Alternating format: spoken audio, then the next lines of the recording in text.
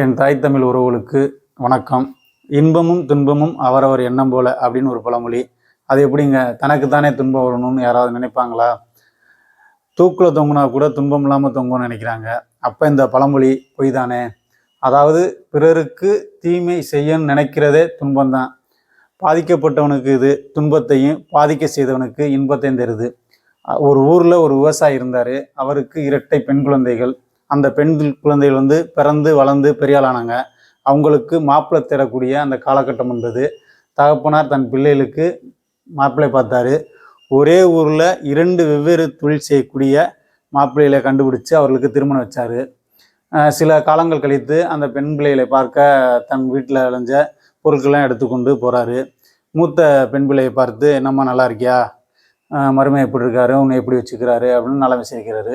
அதற்கு அந்த பிள்ளை அப்பா நான் நல்லா இருக்கேன், மருமகன் உங்களை நல்லா வச்சுருக்காரு, எனக்கு எந்த கவலையும் இல்லை.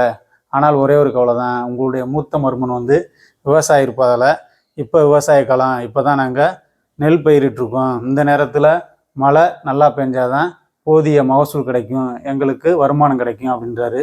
அதனால் மழை பெய்யணுன்னு இறைவன்கிட்ட நீங்கள் வேண்டிக்கங்கப்பா அப்படின்னு சொல்கிறாங்க. சரிம்மா அப்படியே இருக்கட்டும், நான் உனக்காக இறைவன்கிட்ட மழை பெய்யணுன்னு வேண்டிக்கிறேன் அப்படின்னு தனது மகள்கிட்ட சொல்லிவிட்டு அந்த தகப்பனார் அடுத்த பெண் வீட்டுக்கு போகிறாரு. அங்கே போகும்போது அதே மாதிரி நலம் விசாரிக்கிறாரு. நான் நல்லா இருக்கேன்ப்பா அப்படின்ற மாதிரி அந்த பெண்ணும் சொல்லுது. ஒரே ஒரு கவலை, உங்களுடைய மருமகன் செங்கசூளை வச்சுருக்கிறனால இப்போ மழை காலம் ஆரம்பிச்சிருச்சு, அதனால் பச்சைக்கல்லாக இருந்தால் அது எங்களுக்கு வியாபாரம் ஆகுது, நல்லா கல் காயணும், அதற்கு நல்ல வெயில் அடிக்கணும்ப்பா, அதனால் நான் நல்லா வெயில் அடிக்குன்னு சொல்லி வேண்டிக்கிறேன், நீங்களும் என்னுடைய பங்குக்கு வேண்டுங்கப்பா அப்படின்னு சொல்கிறாங்க.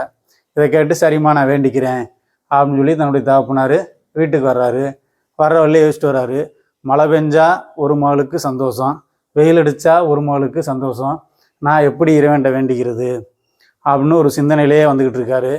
இந்த உலகத்தில் மனிதர்கள் இப்படித்தான் இருப்பார்கள் போல.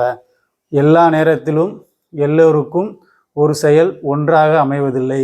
அவரவர் எண்ணத்திற்கேற்ப அவரவர் தேவைக்கேற்ப மாறுபடுகிறது. இதைத்தான் நம் முன்னோர்கள் இன்பமும் துன்பமும் அவரவர் எண்ணம் போல அப்படின்னு சொல்லியிருக்காங்க. இதுதான் இந்த பழமொழி நமக்கு சொல்லுது. நன்றி, வணக்கம், ஜெய்ஹிந்த்.